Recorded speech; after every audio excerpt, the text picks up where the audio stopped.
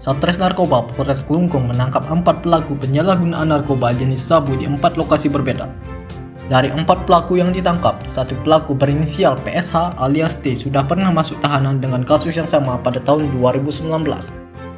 PSH ditangkap di sebuah gudang di Desa Gunakse, Kecamatan Dawan, Jumat 7 April sekitar pukul 8 WITA.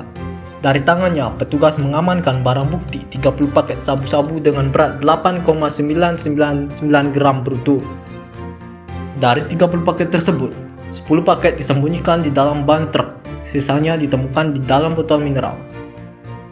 Kapolres Kelungkung AKBP Inengah Sadiarte didampingi Kasat Narkoba AKP Imade Gede Sudarte dan Kasih Humas Ibtu Agus Widiono mengatakan, penangkapan 4 tersangka dilakukan dalam kurun waktu 1 bulan.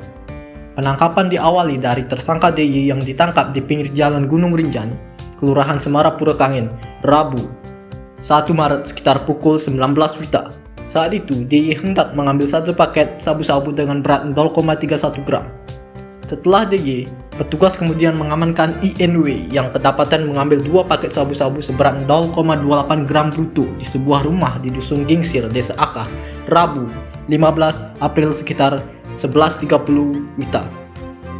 Petugas kemudian menangkap seorang residivis berinisial PSH di tempatnya bekerja di sebuah gudang di Gunakse, Jumat 7 April. Setelah menangkap PSH, petugas kemudian kembali menangkap pelaku IGS di pinggir jalan raya Desa Culang, Dawan, Jumat 7 April sekitar pukul 23.30 WITA. Dari tang PSH, petugas mengamankan 1 paket sabu-sabu dengan berat 0,32 gram bruto. Atas perbuatannya, 3 tersangka DY, INW, dan IGS terancam pidana penjara paling singkat 4 tahun dan paling lama 12 tahun.